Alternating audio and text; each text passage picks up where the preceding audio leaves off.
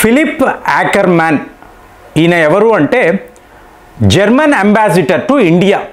So నిన్న ఆయన ఒక వీడియో విడుదల చేశారు.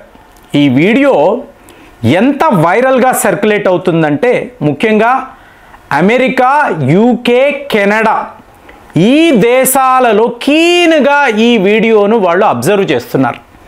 అంటే ఎంతోమంది మిత్రులు ఎన్ఆర్ఐ వాళ్ళు, అలాగే భారత్లో ఉండే ముఖ్యంగా హైదరాబాద్లో ఉండే సాఫ్ట్వేర్ ఇంజనీర్స్ సో నన్ను అడిగే ప్రశ్న, దీనికి జవాబు జర్మనీ అంబాసిడర్ ఇచ్చారు అని చెప్పుకోవాలి.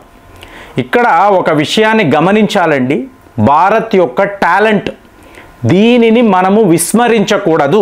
సో ఇప్పుడు జరిగింది ఏమిటి అంటే చూడండి, వరల్డ్లో the third largest tech startup అన్నారు అనుకోండి, అది భారత్దే.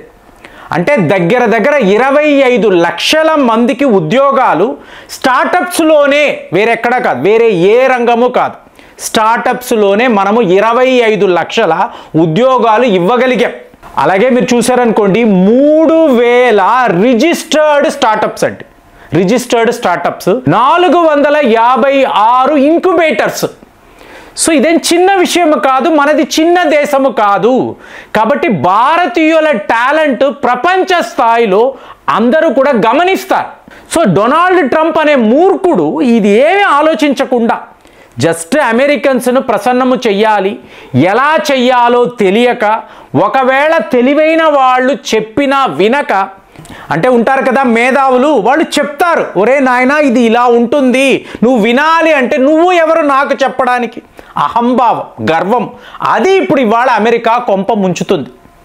సో ఇప్పుడు H1B వీసా ఇందులో రెస్ట్రిక్షన్స్ను అన్నాడు. సడన్గా రియలైజ్ అయ్యాడు, మన కంపెనీల్లో 71% ఈ భారతీయులే కదా ఉద్యోగాలు చేస్తారు, ఇప్పుడు వీళ్ళు రావడము తగ్గిపోతే మనకు సమస్య. కనీసం కొద్దిగా అతనికి జ్ఞానము వచ్చింది. సో దాంతో ఏమన్నాడు, ఈ $1,00,000 అనేవి వన్ టైం కాస్ట్ అంతే, ఒక్కసారి మీరు పే చేస్తే ఓకే. ఇక్కడ ఆల్రెడీ H1B వీసా కలిగిన వాళ్ళు మీరు ఎటువంటి పేమెంట్స్ చెయ్యక్కర్లేదు. సో ఈ మాత్రం జ్ఞానం వచ్చింది. కానీ ఇప్పుడు పరిస్థితి ఏమిటంటే, భారత్ నుంచి అమెరికా వెళ్ళాలి అని మీరు ఆలోచించారు అనుకోండి, ఒక కంపెనీ ఇంత మొత్తాన్ని అమెరికా గవర్నమెంట్కి ఎందుకు కట్టాలి క్వశ్చన్ వస్తుంది కదా. సో ఆటోమేటిక్గా భారతీయుల్లో చాలామంది ఎందుకండి మన అమెరికా వెళ్ళాలి, వెళ్ళి ఏంటి ఉద్ధరించేది ఆలోచిస్తారు కదా. ఇక్కడ చూడండి, ఇక్కడ ఎలా ఉందంటే భారత్ యొక్క టాలెంట్ అనేది గ్లోబల్గా ఉంది. సో మీకు ఫిలిప్ యాకర్మ్యాన్ ఏం మాట్లాడుతున్నారు అంటే, మా ఇమిగ్రేషన్ పాలసీని గమనించండి అంటే మన భారత్ను ఉద్దేశించి మాట్లాడుతున్నాడు ఆయన. ఏం చెప్తున్నాడు అంటే, మా ఇమిగ్రేషన్ పాలసీని మీరు గమనిస్తే మా జర్మన్ కార్ లాగా the most reliable, modern, predictable. అంటే డొనాల్డ్ ట్రంప్ ప్రతి ఒక్క రోజు ఒక షాక్ ఇవ్వడం, ప్రతిరోజు ఒక మీకు అడ్డదిడ్డమైన పాలసీలు తేడం, ఎగ్జిక్యూటివ్ ఆర్డర్స్, అలాంటిది ఉండదు. మా జర్మనీ అనబడే దేశము స్టేబుల్గా ఉంటుంది, రిలయబుల్గా ఉంటుంది, ప్రిడిక్టబుల్గా ఉంటుంది. కాబట్టి మీ భారతీయులు మా దేశంలోకి వచ్చి ఉద్యోగాలు చెయ్యాలి అనుకుంటే మేము మీకు రెడ్ కార్పెట్ వేస్తాము.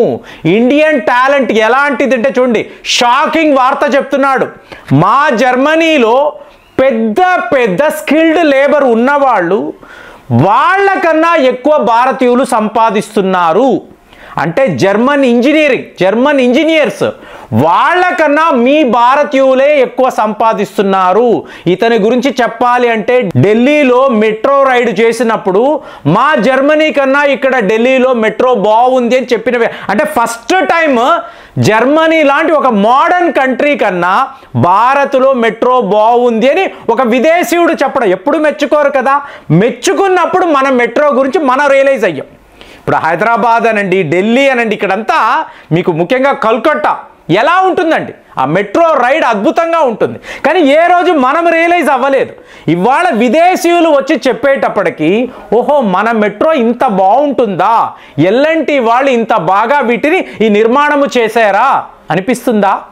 సో అలాంటి యాకర్మెన్ ఏమంటున్నారు, మీరు మా జర్మనీలోకి రండి, మీకు ఎక్కువ జీతాలు ఇస్తాము, మీ టాలెంట్ను మేము వాడుకుంటాము. మొన్న పతనమైపోతున్న జర్మనీ నేనే వీడియో పెట్టాను. ఏమిటి కారణము? ఇన్నోవేషన్ లేదు, టాలెంట్ లేదు, కొత్తగా ఆలోచించడానికి అక్కడ యంగ్ టాలెంట్ లేదు. ఎప్పుడు ఆ పాత చింతకాయ పచ్చడి ఆలోచనలే. సో ఎప్పుడైతే భారతీయులు మా దేశంలోకి వస్తారో 130,000 మంది అక్కడ ఉద్యోగాలు చేస్తున్నారండి. మీరు ఇన్నోవేషన్ తీసుకొస్తారు, కొత్త రకమైన ఆలోచనలు మీలో ఉంటాయి. ఒక సమస్య అన్నప్పుడు దానికి పరిష్కారాన్ని మీ భారతీయులు వెతకగలరు, మాకన్నా బెటర్గా చెయ్యగలరు. ఎవరు? జర్మనీ వాళ్ళు చెప్తున్నారు. సో ఇది ఎంత వైరల్గా వెళ్ళింది అంటే, చైనా వాడు H1B వీసా సమస్య అనిన వెంటనే నేను K వీసా ఇస్తాను అంటే H1B వీసాకు సమానమైనది K వీసా. సో నేను ఎవరికి ఇస్తాడు? భారతీయులకే. ఎందుకంటే అమెరికా, చైనా తరువాత మనమే కదా. మన కోసము వాళ్ళు ఏమంటున్నారు, K వీసానే రెడీ చేసాం అంటే భారత్ టాలెంట్కి ఎలాంటి డిమాండ్ ఉందో ఇక్కడ నేను చెప్తున్నాను. కాబట్టి మీ సెల్ఫ్ ఎస్టీమ్ని గొప్పగా పెట్టుకోండి. Yes, we are the best. ప్రపంచంలో ఎక్కడైనా మేము వెళ్ళగలము, మా ఇన్నోవేషన్ని మేము అక్కడ వాళ్ళకి కనబరచగలము, ఆఖరికి మేము అద్భుతాలు సృష్టించగలము. ఈ నమ్మకము భారతీయులకి కలగాలి. ఇప్పుడు ఇమీడియట్గా యూకేని చూడండి. మీకు అమెరికా నుంచి ఇలాంటి ఒక వార్త, పిచ్చి వార్త వచ్చిన తరువాత వాళ్ళ యూకే వాళ్ళు మేము చాలా అడ్డదిడ్డమైన ఫారిన్ పాలసీస్ తీసుకొచ్చాము, భారతీయులను ఆపాలి అనుకున్నాం, కానీ వాళ్ళ టాలెంట్ మా దేశానికి అవసరము. సో మా బ్రిటిష్ కంపెనీస్లో మీరు వచ్చి చేరండి, మీకు ఈ వీసా ప్రాసెస్ని చాలా సింప్లిఫై చేస్తాము, రండి మా దేశంలోకి వచ్చి స్కిల్డ్ లేబర్ మీరు వచ్చి ఉద్యోగాలు చెయ్యండి అని చెప్పి యూకే వాళ్ళు. ఇక కెనడా అన్నారు అనుకోండి, మనకు ఖాళీస్థాన్ మూమెంట్తో గొడవలు. జస్టిన్ ట్రూడో జస్ట్ లైక్ మీకు డొనాల్డ్ ట్రంప్ లాగే ప్రవర్తించాడు. ఆ జస్టిన్ ట్రూడో వెళ్ళిపోయిన వెంటనే ఇవాళ వీళ్ళు ఏమంటున్నారు, భారత విద్యార్థులు దయచేసి కెనడా వచ్చి చదువుకోండి, ఇక్కడ గొప్ప గొప్ప అవకాశాలు ఉన్నాయి, ఉద్యోగాలు చేసుకోండి, రండి బాబు రండి అని చెప్పి ఇవాళ కెనడా వాళ్ళు కూడా మాట్లాడడం.